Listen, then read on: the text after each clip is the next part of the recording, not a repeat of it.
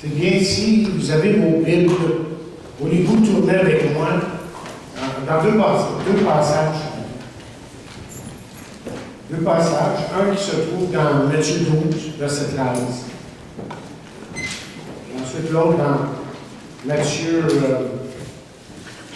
22. Écoutons la parole de Dieu.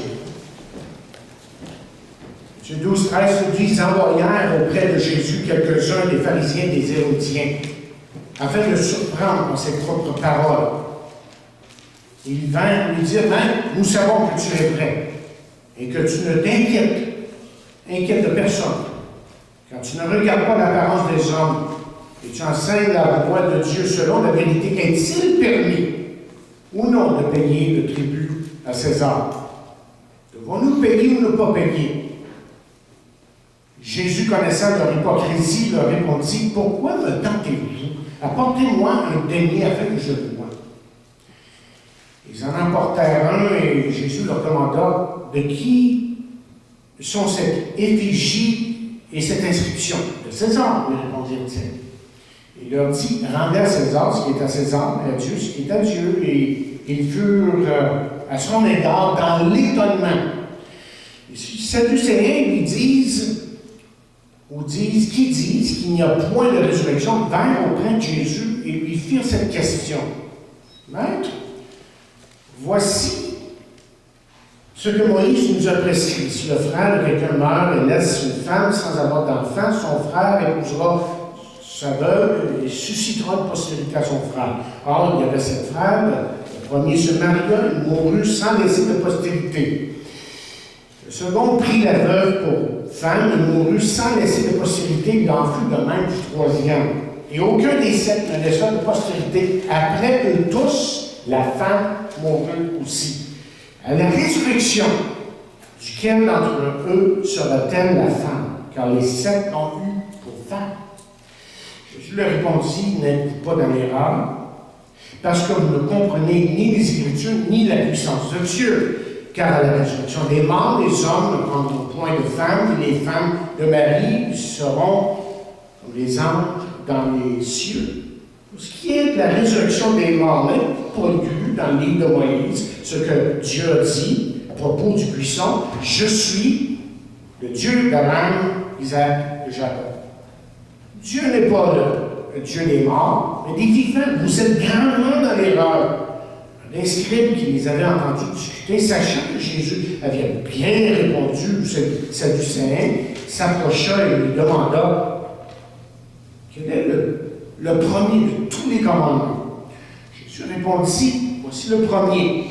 Écoute Israël, le Seigneur notre Dieu est l'unique Seigneur, et tu aimeras le Seigneur ton Dieu de tout ton cœur, de toute ton âme, de toute ta pensée, de toute ta force. Voici le second. Tu aimeras ton prochain comme toi-même. Il n'y en a pas d'autres commandements plus grands que ceux-là. Le scribe lui dit, bien maître, tu as dit avec vérité que Dieu est unique et qu'il n'y en a pas d'autre que lui. Et que l'aimer de tout son cœur, toute sa pensée, son âme, sa force, et aimer son prochain comme soi-même, c'est plus que tous les holocaustes et tous les sacrifices.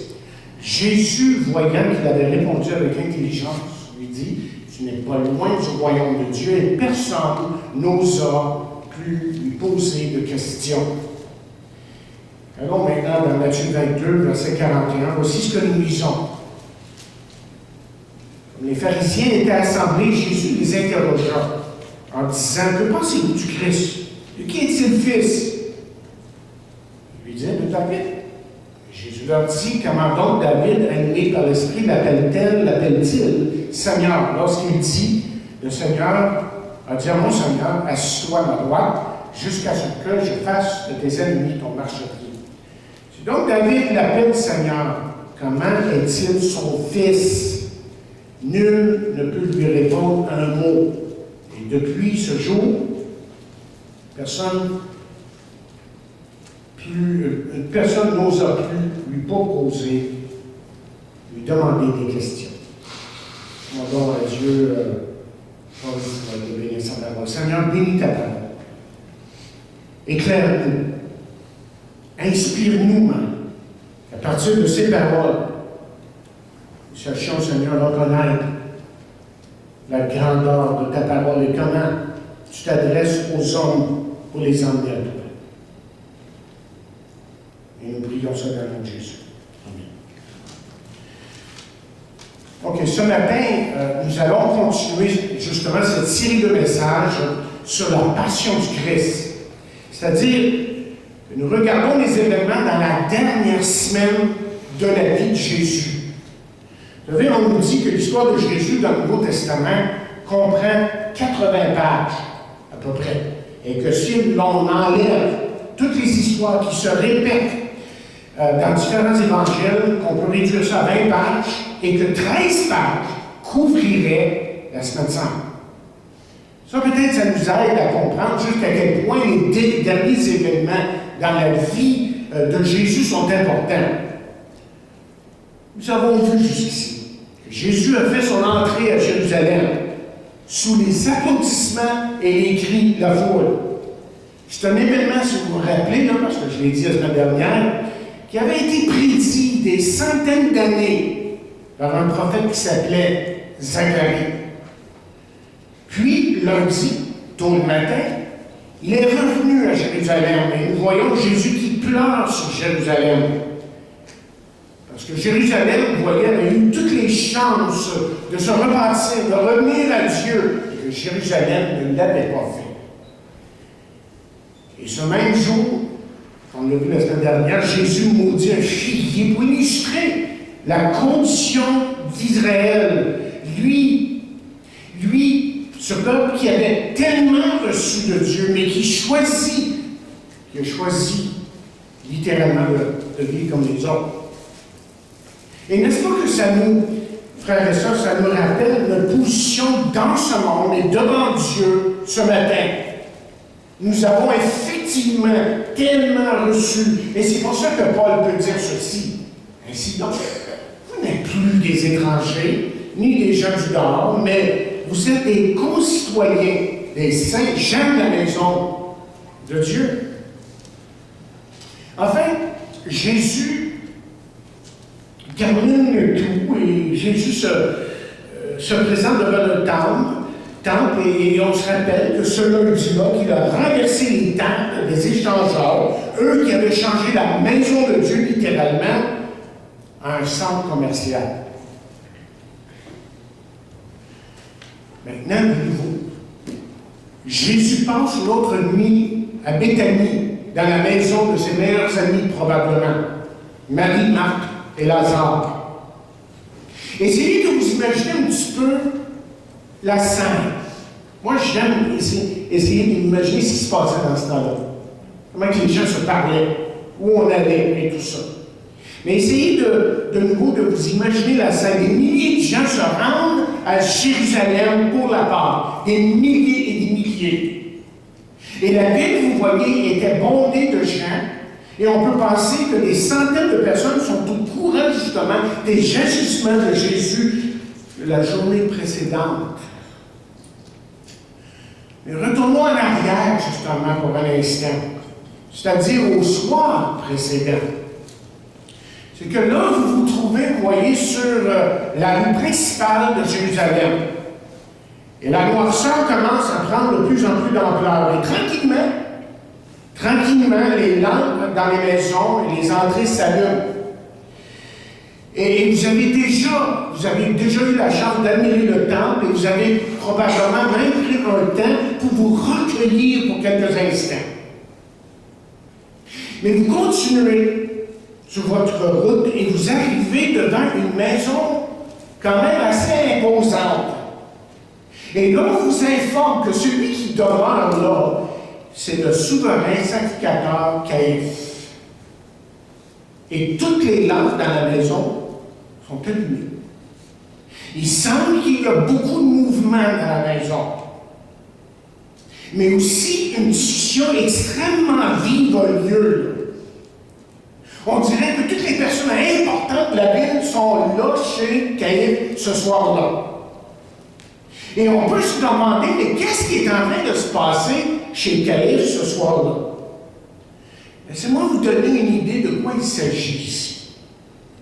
Vous savez, il est intéressant de voir comment que certains qui sont toute leur vie, là, littéralement, des gens, des ennemis jurés, comment ils peuvent venir ensemble, si vous voulez, pour une cause commune. Justement, il y a quelques années de ça, le premier ministre de la Grande-Bretagne a rencontré le général Kadhafi de la Libye. Et vous savez très bien qui était le général Kadhafi dans le temps, en tout cas.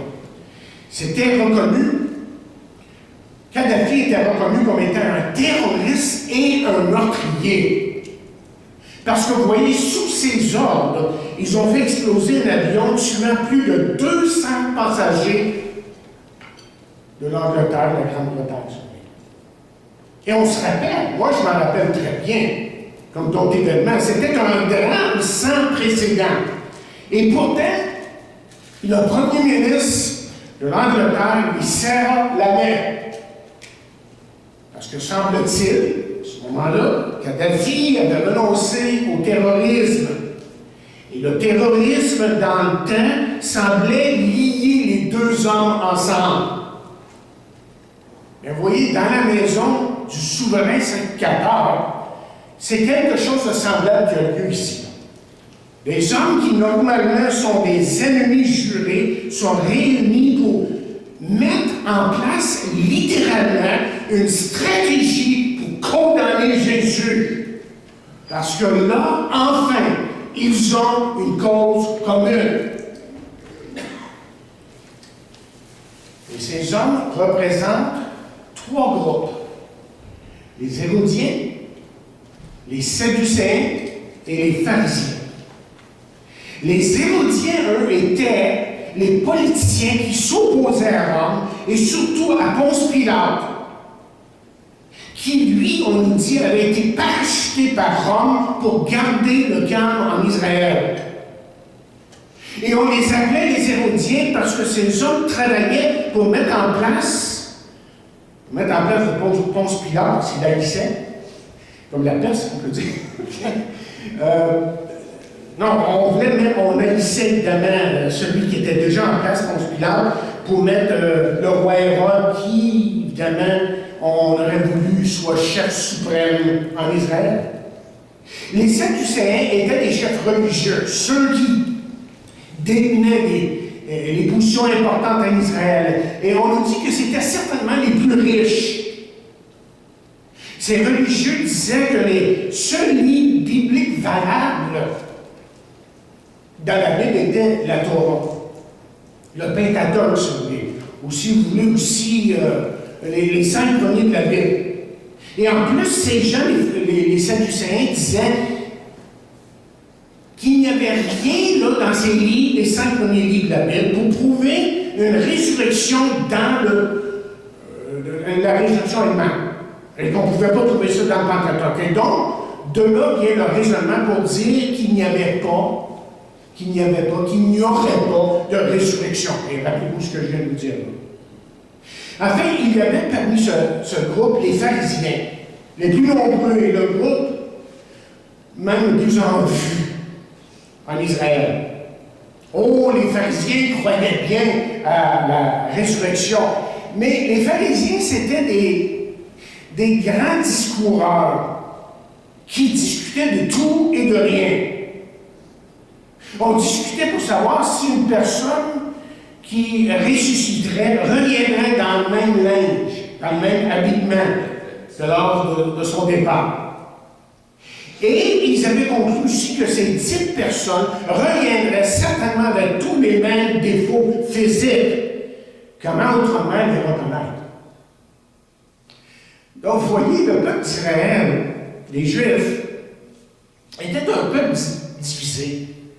Certains croyaient qu'il fallait tout faire pour garder la paix avec Rome, et d'autres prônaient une lutte incessante.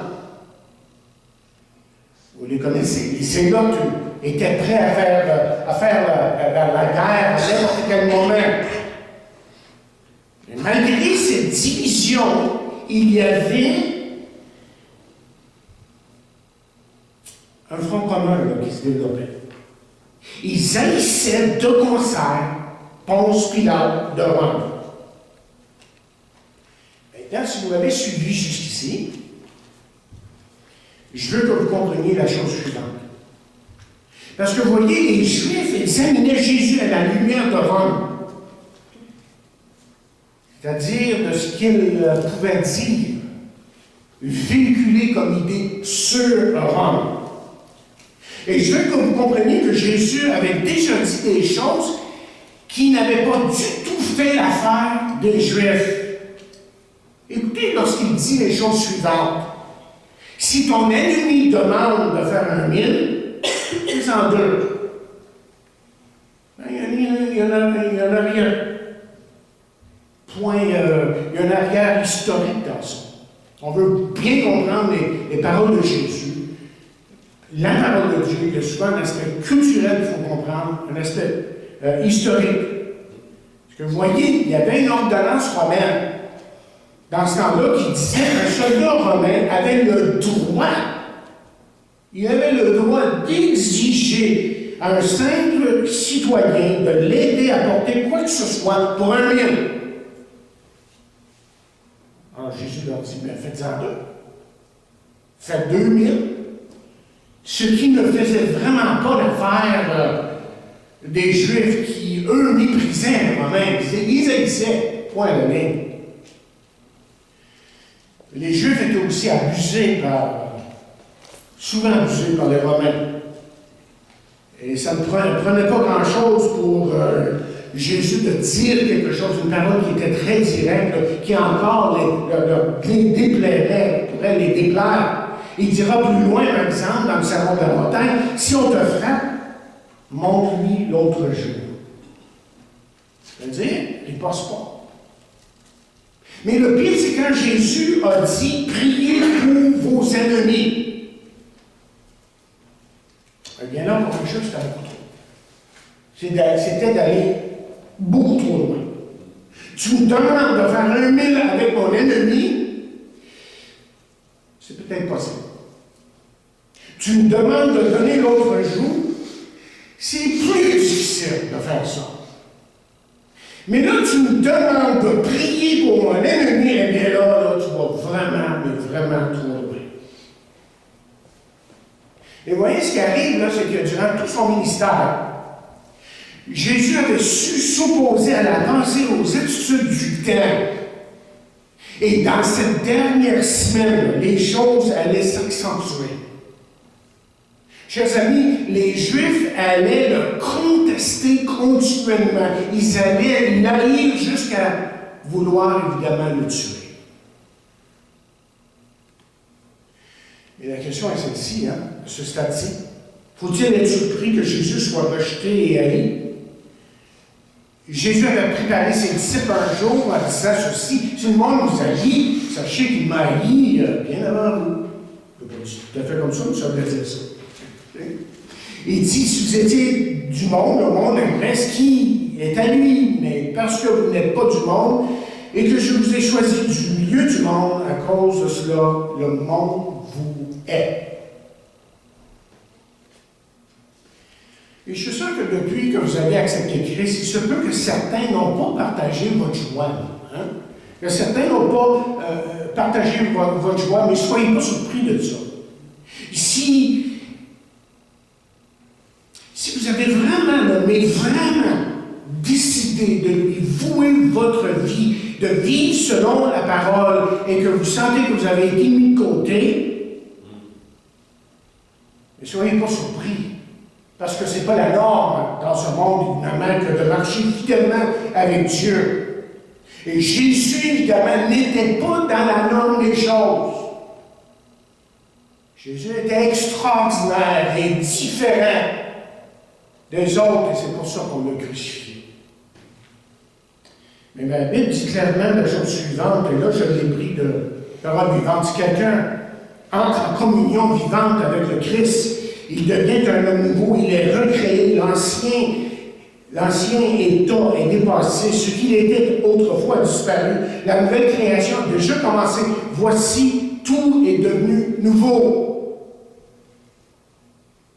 Et ce qui est clair dans la parole de Dieu, ce qui ressort dans 1er Jean, par exemple, très clairement dans Pierre, que je lisais dernièrement, c'est que s'il n'y a pas du nouveau, il faut se demander s'il y a vraiment eu une conversion.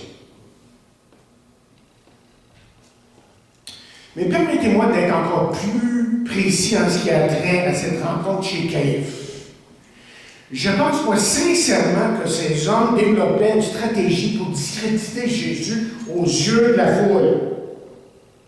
On se rappelle que la foule l'a reçu avec fracas. Et là, les Juifs ne voulaient pas faire de lui un martyr. Ça aurait été dangereux. Donc, il fallait faire en sorte que Jésus paraisse comme un peu fou devant les gens. De faire voir Jésus comme un sorte d'illuminé. Comment est-ce qu'on allait faire ça? C'était quoi la stratégie exactement? La stratégie était fort simple. C'est qu'ils ont décidé qu'ils enverraient certains parmi eux pour poser certaines questions et voir si Jésus se tromperait sur ses propos. On voulait, comme on le sait, on voulait absolument trouver Jésus coupable de quelque chose. Et aujourd'hui, nous vivons dans un monde qui fait exactement la même chose. Bien, certains veulent tourner les choses de Dieu au ridicule. C'est le même stratagème, la même stratégie. Et la façon qu'on s'y prend, c'est justement de ridiculiser la Bible, la parole de Dieu. Mais moi, je trouve très intéressant que la plupart de ceux qui font cela, ce sont des gens qui, en grande partie, ne connaissent absolument rien de la Bible ou qui l'ont à peine lue. Mais ils s'y connaissent. Je les entends. Ils savent exactement de quoi ils parlent. C'est comme si moi, je me mettais à me moquer d'un certain livre de médecine. Je vous l'avoue que je connais absolument rien en médecine. Et vous auriez tout à fait raison de dire que je ne suis pas sensé et logique si je commencerais à donner mon opinion sur le livre et ci et ça. Mais pourquoi? Pourquoi, chers amis, donnerions-nous de l'importance à quelqu'un qui fait quelques commentaires désobligeants envers la Bible et qui ne la connaît pas, mais pas du tout ou à peine? Donc, la prochaine fois que vous entendrez quelqu'un dans votre entourage se moquer de la Bible, la parole de Dieu, ne vous en faites pas, parce que souvent, c'est tout simplement le résultat de leur ignorance. Ils sont tout à fait ignorés de ce qu'ils disent. À travers tout ça, vous voyez, Dieu nous appelle, nous, en tant que chrétiens, de garder une bonne attitude et de prier pour eux. Alors, les voici avec leurs questions. Et regardons-les pour quelques instants et voyons ce que Jésus a répondu. Le titre de ce message, c'est que Jésus répond. Jésus répond. Si vous avez des soucis ce matin, si vous avez des questions, si vous cherchez une direction dans votre vie, laissez-moi vous dire que Jésus a dit lui-même que ta parole est la vérité et Jésus savait. Jésus comprenait, et lui, il n'y avait aucun doute en lui que la parole de Dieu pouvait apporter aux hommes des réponses concrètes et spécifiques sur des questions spirituelles, sur des questions morales, et même des questions pratiques, les choses pratiques de la vie, si vous voulez.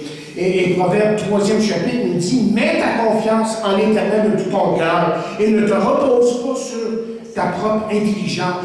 Cherche à connaître sa volonté pour tout ce que tu entreprends et il te conduira sur le droit chemin. Ne te prends pas pour sage. Révère l'Éternel et détourne-toi du mal. » Traduction selon. OK, regardons de près les questions. Okay? La première question vient des érudits. Et la question a une saveur politique, une question qui touche l'Église et l'État.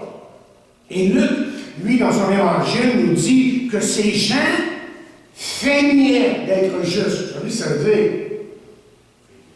pense que, vous savez, ça veut dire qu'ils faisaient semblant d'être sincères. Ils ont posé leurs questions. Et leur question se résume tout simplement à ceci: est-il permis ou non de payer le tribut à César? Ce que vous devez comprendre, c'est que c'est une question truquée. Parce que si Jésus disait de ne pas payer le tribut à César, alors là, il se mettait à dos littéralement avec les Romains et serait accusé de trahison et de vouloir soulever le peuple contre Rome. Et s'il disait oui, bien les masses se mettraient contre lui parce que la masse haïssait les Romains, c'est ça. Et Jésus, vous voyez, connaissait ces hommes. Écoutez, il va justement répondre et il va les laisser bouche bée. Et ces hommes ne sauront pas quoi dire selon ce que dit la parole de Dieu. En somme, c'est comme ça que nous devrions être devant la parole de Dieu, parce que sa parole a toujours la réponse. Si on cherche de tout notre cœur. Alors, au verset 17, nous avons la réponse de Jésus. Et à la fin du verset, nous lisons: rendez à César ce qui est à César, et à César ce qui est à Dieu. Et ils furent tous à son égard dans l'étonnement. Et la parole de Dieu nous montre effectivement que ces gens ne savaient plus quoi dire. Mais la question, c'est de savoir si c'était la bonne réponse. Parce que vous voyez, c'est toujours une question délicate lorsqu'il s'agit jusqu'à quel point qu'on doit honorer l'État. Il y a un pasteur aux États-Unis qui racontait ceci. Il dit: je conduisais mon auto lorsque j'ai vu un enseigne qui disait: priez pour nos soldats. Je vais essayer d'avoir la bonne grandeur. Je n'ai pas la bonne grandeur. On va continuer. C'est nouveau, là, ça, ici. Hein? Les iPads, là, c'est nouveau pour moi. Mais là, je viens de faire quelque chose qui n'est pas correct. Priez pour nos soldats. Et il dit ça. Et il dit: ça, c'est regarder, dit-il, la guerre à travers des yeux américains, en tant que citoyen américain. Jésus nous a enseigné à prier pour nos ennemis. En tant que chrétien, j'ai le devoir justement de faire les deux. Et ça, c'est pas toujours aussi facile qu'on le pense. Le message sur l'enseigne dit-il, devrait être: prier pour la paix. Il me semble, dit-il, que ça serait plus approprié. La croix, autrement dit, doit venir avant le drapeau américain et le soldat américain.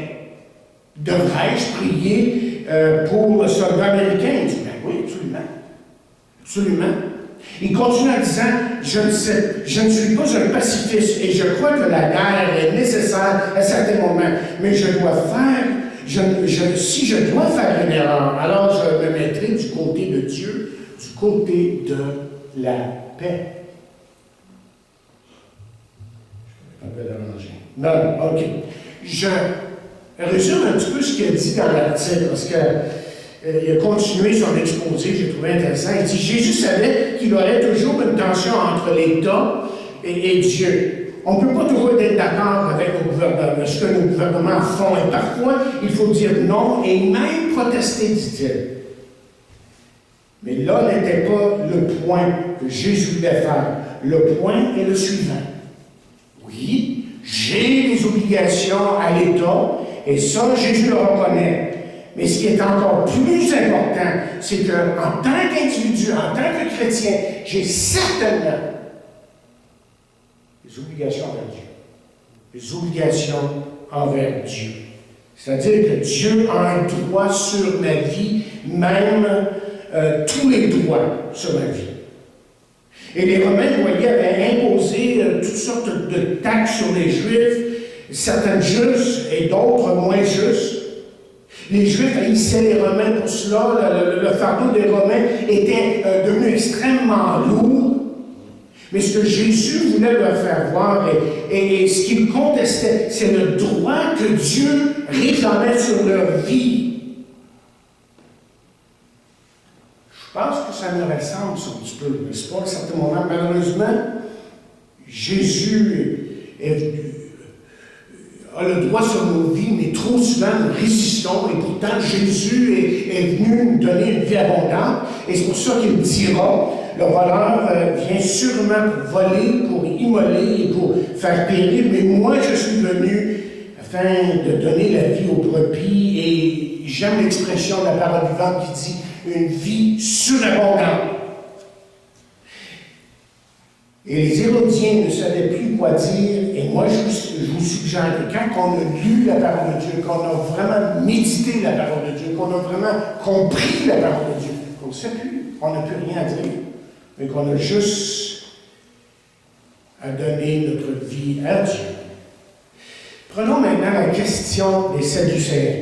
Ils se présentent devant Jésus, et vous vous rappelez que ces religieux ne croyaient pas à la résurrection. Ils arrivent avec une question tout à fait hypothétique, à propos d'une femme qui perd plusieurs maris et qui finit par mourir elle-même. Lequel est la question sera son mari au ciel? Ça, c'est leur question. Et Jésus, vous voyez, dans ce texte ici, ne perd pas beaucoup de temps pour leur dire qu'ils sont dans l'erreur. Je veux que vous notiez ceci. Il y a justement erreur et il y a la vérité.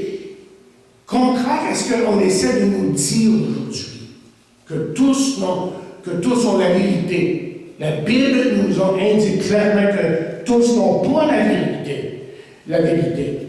Mais voyez, nous vivons dans un monde où c'est de moins en moins populaire de dire que telle et telle chose est erronée et que de telle et telle chose est la vérité.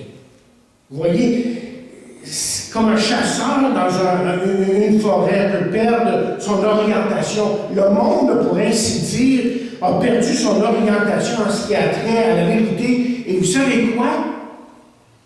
Et vous savez pourquoi? Parce que le monde a abandonné Dieu. Donc, ce qui fait que le monde a abandonné la parole de Dieu. Et le psalmiste, tout à travers le psaume 119, vous savez, et nous montre comment il est attaché à la parole de Dieu, comment il aime la parole de Dieu, comment il embrasse la parole de Dieu, et surtout, comment la parole de Dieu change sa vie. C'est ça que la parole de Dieu fait. Je me rappelle, il y a quelques années de ça, depuis ce temps-là, c'est arrivé à plusieurs reprises, mais j'essayais, vous savez comment on est, des fois on essaie d'arranger la télévision avec un VHS ou une autre affaire, puis là, on prend le diagramme, puis si on suit le diagramme, on peut se débrouiller assez bien. J'ai déjà essayé de suivre un programme de faire quelque chose comme ça, sans suivre un programme où j'étais complètement perdu. Mais c'est un peu comme ça avec le monde. Le monde, vous voyez, évidemment, essaie de vivre leur vie, de passer aux choses de Dieu sans la parole de Dieu. Et Jésus ici continue à parler à ces gens, à ces Sadducéens, et il dit, pour ce qui est de la résurrection des morts, n'avez-vous pas lu dans le livre de Moïse ce que Dieu a dit à propos du buisson? Il dit, je suis le Dieu d'Abraham, le Dieu d'Isaac, le Dieu de Jacob. Dieu n'est pas un Dieu des morts, mais des vivants. Et là, il dit quelque chose qui est très direct, qui est clair, qui est sans équivoque, parce qu'il dit, vous êtes grandement dans l'erreur. Il y a deux choses que Jésus dit par ces paroles. Vous vous rappelez ce que j'ai dit au début, que les Sadducéens disaient croire au Pentateuque, et que ces livres ne donnaient aucune indication, aucun indice quant à la résurrection. Et pourtant, au verset 26 ici, dans le texte qu'on a lu tantôt, qui est tiré de la Genèse, Jésus leur montre leur réponse, que la réponse à leur question est où? Dans les Écritures. Que c'est l'Écriture elle-même qui parle. Ils n'avaient qu'à lire. Et souvent, c'est la même chose pour nous. On a des questions, on a des choses qu'on essaie de comprendre. Il faut tout simplement se tourner à la parole de Dieu. Et j'ai une deuxième chose que je veux que vous voyez. Les Sadducéens étaient tellement... C'était des intellectuels, c'était des érudits. Tellement orientés à être de bons théologiens qu'ils avaient oublié l'essentiel. Et si Jésus leur dit que Dieu est le Dieu des vivants, il veut leur faire comprendre une chose, qu'ils n'avaient pas à se soucier seulement du ciel, mais de leur vie sur la terre. Ils avaient besoin d'apprendre à vivre maintenant et aujourd'hui pour la gloire de Dieu. Autrement dit, le ciel, ça c'est la responsabilité de Dieu, mais vivre sur la terre pour lui, ça c'est notre responsabilité. Et je pense qu'il y a une leçon ici pour nous. C'est tellement facile de devenir préoccupé par les choses de la vie et d'oublier l'essentiel. Et c'est pour ça que l'essentiel, Jésus nous le dit, il dit cherchez premièrement le royaume et la justice de Dieu et toutes ces choses nous seront données par-dessus. Mais j'aime la parole vivante qui me dit différemment pour nous faire vraiment comprendre sur quoi devrait être nos préoccupations.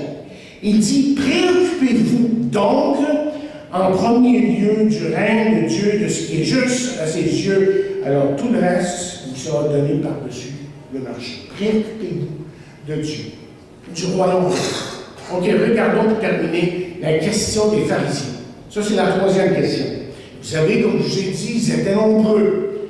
Mais ils étaient nombreux, ils étaient aussi arrogants et les gardiens de la Torah. Et la question en bref concerne la relation que l'homme avec Dieu, que l'homme avait avec Dieu, ou la relation que l'homme devait avoir avec Dieu.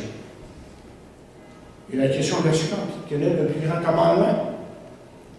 J'ai déjà partagé ça dans le passé, pour ceux qui ont suivi mes prédications, pour vous montrer que dans l'Ancien Testament, il y avait 613 commandements. Rappelez de ça, 613 commandements.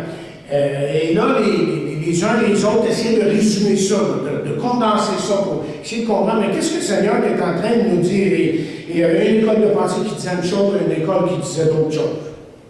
Mais maintenant, ce qu'on voulait faire, on voulait à tout prix avoir l'opinion de Jésus et voir aussi s'il ne serait pas en conflit avec d'autres religieux du temps, avec ce que les grands avaient dit, ou une autre école de pensée. Encore, c'est une question truquée.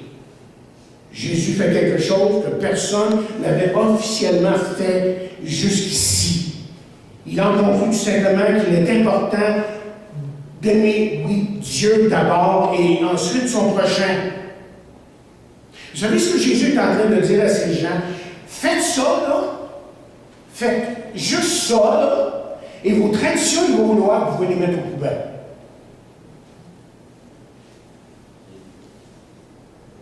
Et même vos avocats vont perdre leur job. Est-ce que vous rêvez justement d'un monde parfait? Hein? Tout le monde rêve d'un monde parfait, un mari parfait, une femme parfaite, une église parfaite. Bien, la Bible nous le résume, nous, à maintes reprises, et elle nous dit, par exemple, entre autres, l'amour est le lien de la perfection. Tout simple que ça. Mais on ne parle pas ici de n'importe quel amour, on parle d'amour agapé, évidemment. Les Grecs parlaient de l'amour agapé. C'est un mot grec, justement, les chrétiens l'ont adopté. Ils ont fait de ce mot-là un mot qui a vraiment, pour lui, avait un sens spirituel, un amour qui venait de Dieu et un amour qui pouvait transformer cette vie. L'apôtre Jean nous dit ceci, parce que c'est pas n'importe quel amour, justement. Il dit pour nous, nous l'aimons parce qu'il nous a aimés le premier. Vous voyez, il est possible, il est tout à fait possible d'être rempli de cet amour, car nous avons son exemple et son amour est en nous. Comment est-ce que je le sais? Parce que la Bible dit ceci, elle dit, oh, notre espérance ne risque pas d'être déçue, car Dieu nous aime. Et il nous a donné son Saint-Esprit qui remplit nos cœurs. Son amour. On pourrait le chercher ailleurs. Il est là. Et demander à Dieu de parler à vos cœurs, de confesser vos manquements, de demander pardon à vos frères et sœurs, de faire ces choses-là qui sont si simples pourtant et qui demandent que vous preniez une position pour Dieu. La conversation de Jésus avec ces gens, les Hérodiens, les Sadducéens, les pharisiens, tire à sa fin. Ils ont posé leurs questions. Et les gens aujourd'hui posent beaucoup de questions. On pose des questions sur l'environnement, on pose des questions sur la guerre, on pose la question sur toutes sortes de choses. Mais là, Jésus, lui, ce qu'il va faire, c'est de poser la question essentielle.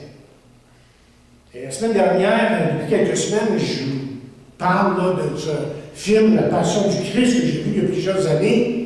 Et je pense que ce film-là pose la question suivante. Et c'est la question que Jésus a posée lorsqu'il a dit « Que pensez-vous du Christ? Que pensez-vous du Christ? » Ce que Jésus est en train de faire aussi, c'est qu'il est en train de les forcer à vraiment réfléchir. S'il est un illuminé, comme certains pensent, alors il faut le mettre de côté. Mais si ce Jésus qui est en train de parler aux Hérodiens, aux Sadducéens et aux pharisiens est vraiment tout ce qu'il a dit à être le roi, le Messie, etc., alors il faut l'adorer, il faut le glorifier. Qui est Jésus pour vous ce matin? Là, je ne demande pas en théorie seulement. Parce que c'est facile de dire, il est le Fils de Dieu, le Fils de l'homme, et énumérer toutes sortes de choses sur Jésus, mais on ne vit même pas pour lui. Il est même le Messie, il est mon sauveur, mais on ne vit pas du tout pour lui. Alors, vous devez ce matin vous poser cette question importante. Mais pour celui qui ne connaît pas Jésus-Christ, évidemment, c'est une question de vie et de mort. Et c'est pour ça que Jésus a dit ceci. En vérité, je vous dis, celui qui croit en moi a la vie éternelle.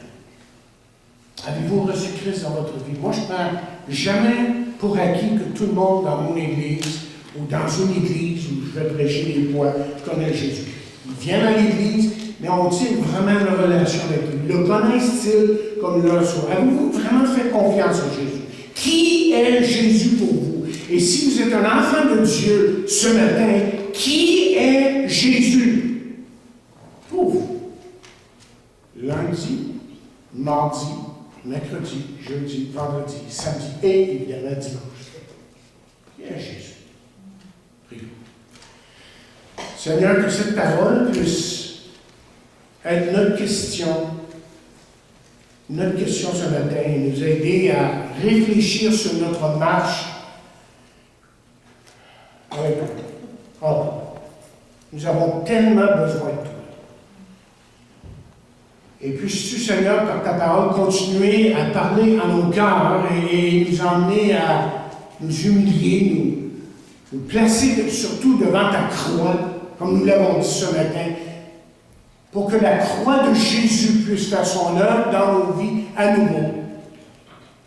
Pour que cette croix puisse continuer à transformer nos vies jour après jour. Merci pour ta grâce et merci pour ta parole. Amen et amen.